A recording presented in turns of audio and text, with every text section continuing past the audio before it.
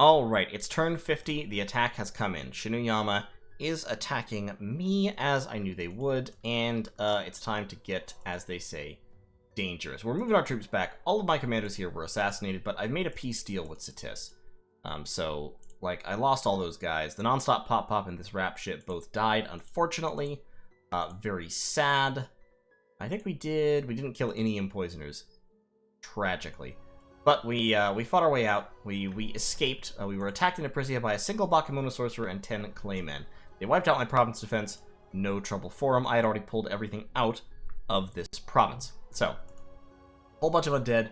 We're empowering a little bit so we can start summoning Dakini, because we have hit blood level 6 and we've got a lot of blood slaves lined up. So Damati here is going to be summoning Dakini. We're summoning more Asrapas and Rakshasa warriors. Up here, we're summoning Vitalas. We're just gathering up a whole bunch of stuff to fight the whole bunch of stuff he has. Up here, I know there's a big army right there, and I'm just going to kind of have to let it be. Satis has agreed to let me keep this province. I am going to have to give this one back since it's in his capital circle, so I'm moving a commander up to grab these troops and run away with them. Lots of blood hunting still going on. Plenty of blood slaves still flowing into the labs. We've got blood hunting going on in Hobergdorf in a big way, which is great. Yeah, and in terms of research, we're running down enchantment to get Horde of Skeletons, and then we're going down to Rigor Mortis, which I think will be very, very important for us. If we have a huge pile of soulless and long dead horsemen and stuff, and we cast Rigor Mortis on them, we'll probably win the battle, which would be great. So that's going to be part of our strategy here. My research is still just absolute dog shit. But, you know, I'm doing the best I can. Shut up. This is, like, it's okay. Everything will be fine. Yeah, I'm going to save my gold for right now. And try to pump out a whole bunch of stuff. A little bit. Oh, shoot. Why am I not recruiting anything in Quedra? Give me a mage. Need to upgrade. We're upgrading that fort. It'll take a couple of turns.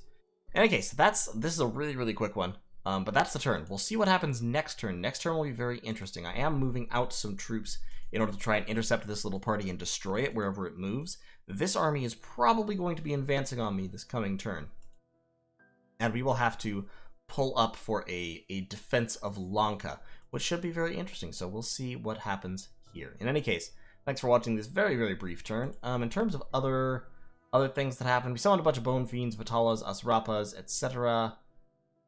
We got the gold from Sarumasha, we sold them some nature gems. And unexpected events, we got a bunch of extra tax in Winnow, which was great. We have a Monster Boar in Saboria, which I don't care about. And we have some unrest in La'is, which I also don't care about. And that's about it. So, I'll see y'all next time. Okay, turn 51. So, the Shinuyama army has moved in. He's got about 400 units, primarily Dai Bakemono, which are his very, very tough infantry units. I've also got about 400 units in my capital right now, but they're primarily soulless, albeit with a large smattering of Ganas, Bone Fiends, Asrapas, and some Rakshasa warriors, which are, I'm not sure where they all are. But there are some of them, I think. Should be some of them. Anyway. It's mainly long dead, so it's mainly garbage chaff. I don't have any battlefield wipes, and I'm sure he does, just based on the sheer unadulterated research disparity. I'm actually going to start recruiting Yoginis over here to try and build up my research some. We've got Yoginis being recruited there, and we've got Yoginis being recruited there now, although they weren't last turn for some fucking reason. And there. So, lots of Yoginis being recruited. As I said, I'm not sure I'll win this war, but I'm gonna damn well try. So we've got just a lot of troops. We're actually going to set everyone to defend. I don't want anyone patrolling. I don't want anyone getting caught out by themselves. I want him to move in here. And, actually, I'll tell you what. I want you to move and patrol with your possessed corpses. Because, with these possessed corpses, we might be able to force gem usage. And I want to see what he's spending gems on. So, this army is going to move out. I hope they're going to attack my capital. I think they are. I'm going to... Oketer here is going to move back. Oketer fought a battle here in Mapito Cliffs against what I think was a mercenary group. It was a ton of... no, this may have just been a raiding party. It was a horse tribe chief and a bunch of bone tribe beast hunters. And I just had a huge pile of you know, garbage long dead and ethereal chaff against it with a few Asrapas. The Asrapas went in, got a bunch of kills. They took casualties. This is how Asrapas are. They always take casualties, but they always cause a lot of damage too, which is, of course, the goal. So we drove him off. No problem. In Mapito Cliffs, that was the wrong button. Yeah, we lost 3 of our Asrapas for 13 kills, which honestly is not bad. And then about 30 random soulless all told in exchange for 28 Bone Tribe Beast Hunters. Very satisfied with that. The blood economy continues apace. Lots and lots of summons. He did throw flame bolts at me and hit and killed 6 units, but that's a pointless waste of time when my army is, as I said, it's basically soulless. He's just being absorbed into the piles of soulless. Druidland, unfortunately, we lost to a random event, which I don't have anything to do about, and then in Winna, I lost my fucking temple, which is the badness, but I'm not going to do anything about it right now. All my mages are moving down to Lanka, where we will fight the climactic battle of the age, including, of course, DMX, the Master Lich. And in fact, actually, he's immortal. It takes him 3 months to reform, but he is immortal. So, my big problem here is just that I don't have research. I have blood level 6, but blood level 6 doesn't give me, like, the good stuff. Blood level 5 gave me bloodletting, so I can do that. And it doesn't affect the undead or inanimates.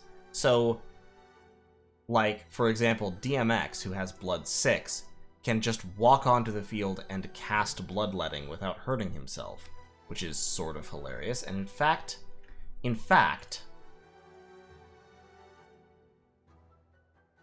I'll tell you what. Where's DMX at? How much undead leadership does he have? 230? Oh, hell the fuck yes. You know what? You know what? We're gonna fucking do this. We're gonna do this thing. We're going to spend... We're gonna just expend a couple hundred undead here, because I have a lot. I can afford to lose a couple hundred undead for a gag like this. That's all soulless, right? Yeah, okay. Take all these boys. 182. We've got the 10 Vitalas. And yeah, that's pretty much all the undead from here, so that's fine. DMX. We're just gonna give him, like, 20 blood slaves or so. And we're gonna script him to cast bloodletting twice and then retreat. It's just straight up armor negating damage. It's life drain too. So if you hit a big army with it, you can then cast it again immediately, assuming they don't resist. Which I mean, a lot of them will. But I'll script him to cast bloodletting 3 times and then run away, and we'll set him to move and patrol. So he'll move down here. If this whole army moves up here, what they're going to run into is they'll run into DMX, who is undead, and so not affected by bloodletting, casting bloodletting 3 times, and then just running away.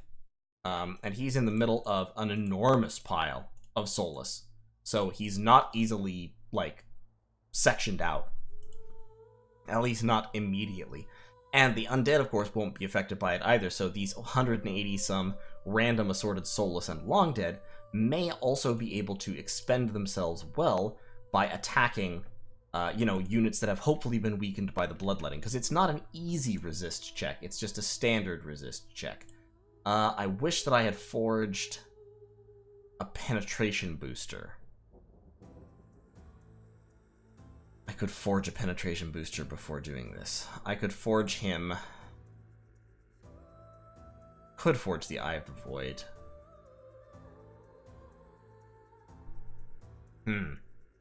Or at least the spell focus. Like, having... It's tainted is the thing. And it's cursed. I don't really want to give him an Eye of the Void. I'd like a Rune Smasher to increase the penetration, but I can have him forge a spell focus. I don't think I have literally any other astral mages. Let's just try it unboosted. I think the first bloodletting, well, let me see, will that go off before? It won't. Anti-magic would go off before bloodletting. Unfortunate. So that will very much dampen the efficiency. Bone grinding would be the other one that would be really good here, but I don't have the research for it, because I don't have the research for fucking anything. But, yeah, Bloodletting will help. And then Infernal Disease is also something that I can throw at his commanders, who may be vulnerable to Disease Demons to some extent. We are summoning Dakini with Damati here, so we're starting to get out our Dakinis, which will help because that will give us even more powerful air magic. Now, unfortunately, I'm cripplingly low on air gems, but I can afford to alchemize a whole bunch of water in order to get air gems if necessary. And I can afford to swap for air gems, so I'm going to be contacting some allies, trying to swap for air gems. Because they're valuable. Spamming air elementals is one way that I might be able to defeat this army.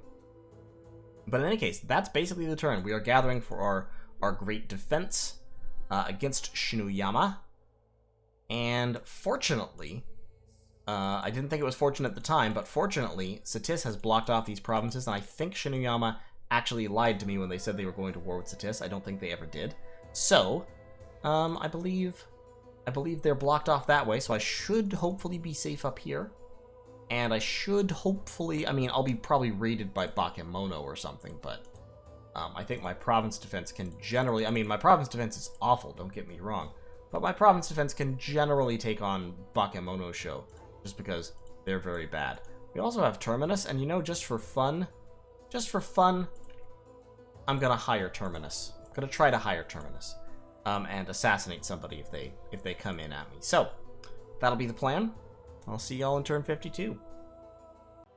Alright, folks, it's turn 52. I'm sick. It's late. The turn is about to roll. I'm high on NyQuil and ill, but we are, this is happening. We've been attacked in Lanka. The scaly guy has gotten the stellar focus, which is good for him. We've been hit by Flame Bolt in Lanka, which I don't really care about. We've got lots and lots of troops there. There was a battle in Lanka. We can see here we sprung our Bloodletting trap, which worked okay. It didn't work terribly. We got off a couple of good Bloodlettings. You can see there going off. We got them to use a lot of gems. They cast Howl, Quagmire, Wailing Winds. They summoned a whole bunch of elementals. They've got Mages of Spring. They do have Gandalf Goes to Japan back here.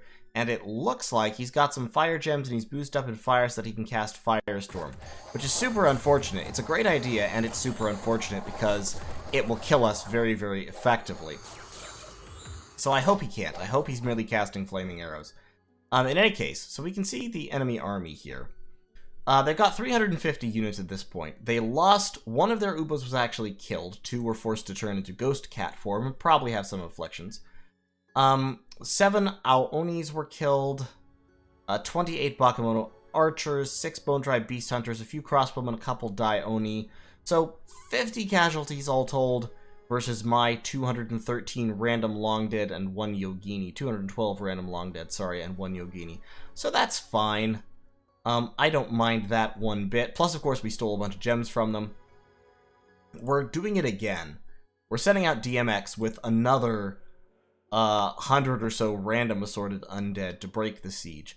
And those 100 or so long dead, it'll be fine. Like, I don't care about them being lost because this battle is definitely going to be won or lost on my sacreds as opposed to anything else. We've got a couple hundred more random long dead scattered around, long dead and soulless. My mages were forming a massive communion. We're casting a lot of harm, some agony. We're summoning a number of air elementals. We're doing all sorts of shit. It's pretty crazy, to be honest. I'm not sure if I'm going to win. I think the Bloodletting might do it for me. If I bounce out and hit him with the Bloodletting, that might kill off enough of his guys that my Sacreds that I'm going to be buffing up with Bloodlust and prot buffs can then move in and do the dirty. But I don't know. The Asrapas are going to take a lot of casualties. The Rakshasa Warriors are going to take a ton of casualties because they're going to be vulnerable to fire 10. So they'll take a ton of extra damage from fire. The Possessed Corpses will actually probably be the most durable ones that I have there. And they're also the least damaging, so that's a little unfortunate. But I've got a whole bunch of Ganas up front. I've got the big blob of Sacreds. We've got a Divine Blessing. We're throwing down Agony. We've got Reinvigoration. We are dropping Howl. So we'll get a Howl off, which should help some. We're throwing a couple of Poison Wards just in case he tries to Foul Vapors us. That should keep at least some of our troops alive. I really don't know. I just don't know, dude. We'll see how it goes. We're also throwing a lot of Gift of Flight, so that hopefully our Sacreds can jump into the back lines and cause some chaos. And then DMX here, probably DMX will show up and start throwing Bloodletting again, which to be honest could be a huge problem. I'm almost hoping that he dies during the attack, because the Blessing is not going to make a whole bunch of difference. But, you know what? We'll just see what happens. Like I said, I gotta go. I asked for an extension, but I think it was too late. Nobody's responded yet, so we're just going with this, man. It's gonna be what it is. It'll be fun. We'll see what happened. At Alpha Left, we lost that. That's fine. We agreed to give that back. Hoburgdorf, we were attacked by knights, but fortunately, we had a whole bunch of shit here, you know, patrolling in Hoburgdorf. So we lost 59 random soulless, but we wiped out all the knights, thank God. We were also attacked by an otherness in Yellow Mountains, and they killed off a Mage of Autumn. One of my unfortunate mages attempted a spell gleaned from a forbidden tome. He won't make that mistake again because he's dead. And, yeah, we'll see what happens. Let's see if Shinoyama can be stopped. If I can beat this army, then I may be able to snap back and take a few Shinoyaman provinces. We'll see. We'll see if we can do that. But in any case, that's this turn.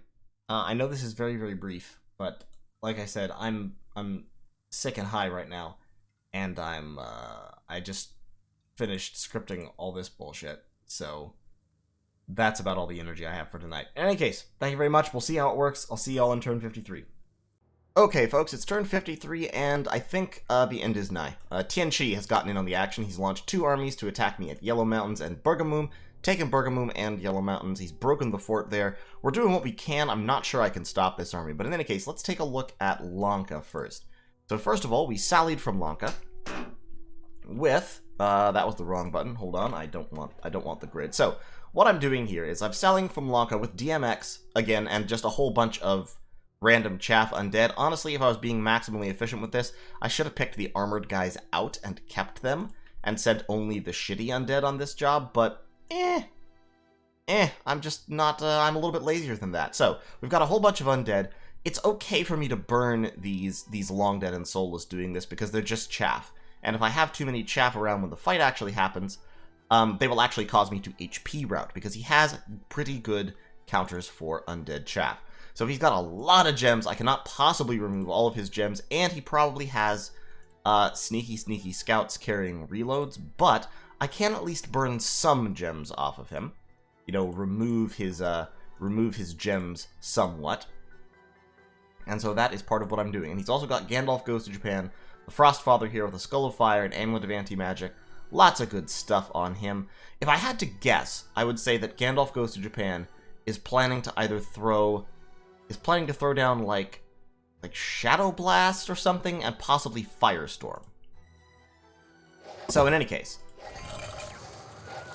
he gets Flaming Arrows down, he summons a whole bunch of elementals, and we cast Bloodletting a couple of times, and then run away. Not very visually impressive, but in the, as we're doing it, we actually cause a fairly disproportionate amount of damage. So we can see here, we lost our 105 undead, which is fine. And we killed, in total, he lost, rather, 67 units out of his 356. So that's fine. Like, I have more undead than this, for one thing. And for another thing, I don't care about them. But I actually killed 2 of his Mages of Spring.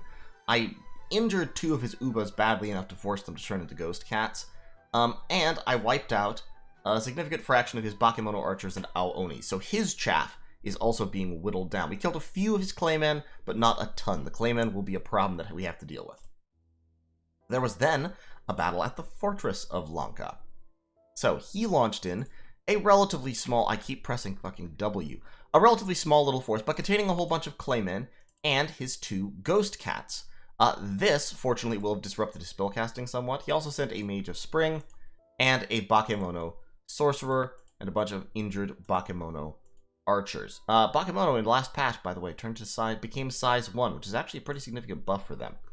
In any case, he was facing my whole big old defensive chunk. So once again, I used up a ton of gems that I didn't necessarily need to use up. He cast Earthquake on me in an effort to whittle me down, which is fine, because once again, that's only really going to hurt my chaff undead. So, his whole force was wiped. we killed the Bakumonosaurus for both of the Ubas and the Mage of Spring, so he lost 4 mages on that, plus 21 of his claymen, which are kind of tough chaff. I lost 1 Mage of Autumn, a little bit of a pain, and about 60 more undead. So this turn, overall, I will absolutely take these trades. These trades are just fine for me. Both of us spent quite a lot of gems, but only one of us lost multiple mages. And that's him. So he lost 4 mages there. He lost a couple of mages when I burst out with the bloodletting. Overall, job well done, perfectly satisfied. We're going to do it again. We hit Druidland, reconquered it, losing a whole bunch of undead in the process.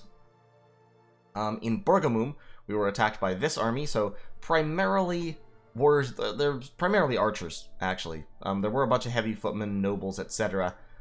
They beat me, including killing a Raktapata and about 100 undead, plus all of my chaff. They did lose about 50 units in the process. So if we watch the battle, they've got this army back here. They've got actually a bunch of nobles, and they are casting Wrath of the Ancestors. So tons and tons of Ghosty Goos. They have their special Paralyze attack. And my undead charge in. They start getting trampled. We're dropping a whole bunch of spells, actually. Guys are routing. Now, here's the interesting part. So the nobles are actually, at this point, pretty much dead. Similarly, my troops in front are breaking through the heavy footmen and getting back, especially with my Rakshasa warriors, and actually getting back into the archers. So we've caused pretty significant wreck and ruin. However, the warriors of the 5 elements are getting back into me as well. So if we slow this down just a little bit, we can see my province defense is now retreating. The warriors of the 5 elements are starting to flank me. My troops up here have broken through the heavy footmen and are still charging, which is fine.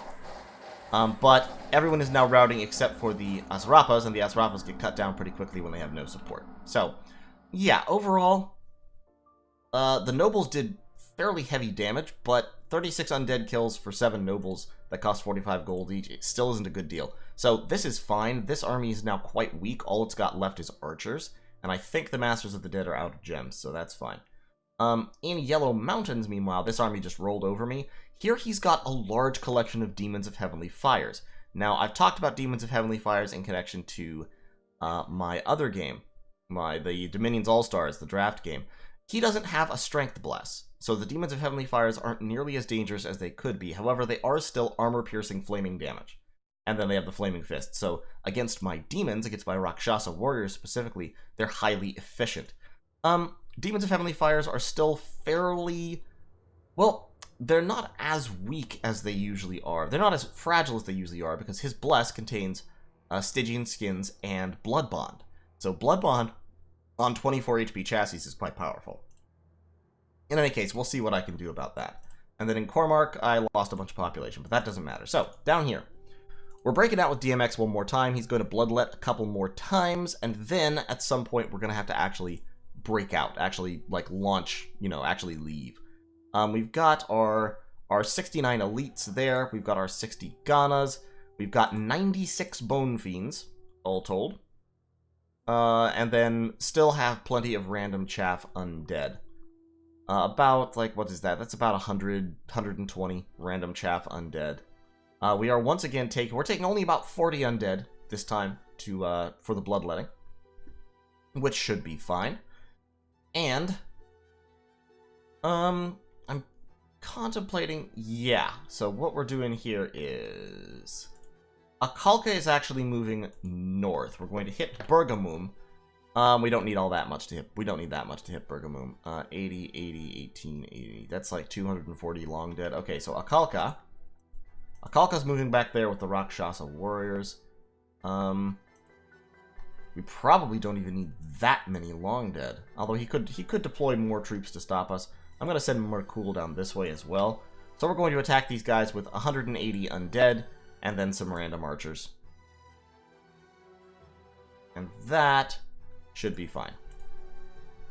Okay, but we're getting some elites moving down here. You motherfucker and a bunch of mages are moving down this way. We're collapsing on Lanka in an effort to try and defeat this army. I don't know if I will defeat this army, but I'm going to give it a shot, damn it. Similarly, we're recruiting some Mandar warriors here. All these guys can just research for right now. we actually have some research, which will allow us to hit enchantment level 5 this turn. So if he doesn't storm Lanka this turn, then things will change slightly, because enchantment level 5 will be super, super useful. Similarly, I can go down either Thaumaturgy a couple of levels, or I can go down Evocation about 3 levels. I don't think Evocation, well, Sleep Cloud could help. But he's not gonna, I mean, his troops are mainly archers, so they're not going to advance until pretty late in the game.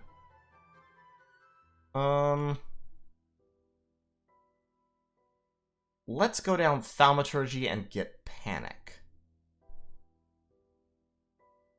Yeah, let's do that. Okay, so we'll grab a little bit of research this turn. We're breaking the siege over here with tons and tons of blood slaves, and we're spamming imps and maws of the earth. By doing that, what I'm hoping is I'll be able to clear out his chaff as they advance, and because he's got the Warriors of the Five Elements, he only has 7 of left, so the majority of his army at this point is Demons of Heavenly Fires. I'm hoping I need to bait them forward, and the problem is they do have 10 ammo. I think he has them on hold and attack, because if we watch this battle, they came forward through. No, he just has them on fire. Yeah, because that's 4, 5. Okay, so I'm going to need to come forward if I'm trying to hit them with the maws. But that's fine, I can do that. So let's bring my mages forward, and then these mages can actually stay back. And then I'm spamming out a ton of imps and then throwing Bloodlust. I also got a I need a Howl. I need actual, like nature gems to do Howl. Okay. Yeah, let's alchemize. That will give me exactly 3 nature gems. Excellent. So, you can now have 3 nature gems. Great. So, we'll get the Howl off, which will help, but provide distractions and divide his forces. And then I'm hoping that summoning imps 9 times, I mean, that'll only be 45 imps, but it'll be something. And on top of that, I will have of course, the Howl will have Apaciti spamming Agony, which should help. And we'll have the Bloodlust going off. So, I don't think this will win, but I think this is my best shot to do as much damage as possible. We'll just see. We'll see what we can do. I do have a little bit of undead chaff coming in, about 80 units. So, yeah, we'll just find out if this was enough. Probably not, but it could be. The undead will absorb a lot of the fire from those Demons of Heavenly Fires, and hopefully it'll be fine. So, that's the turn. I'll see y'all in turn 54.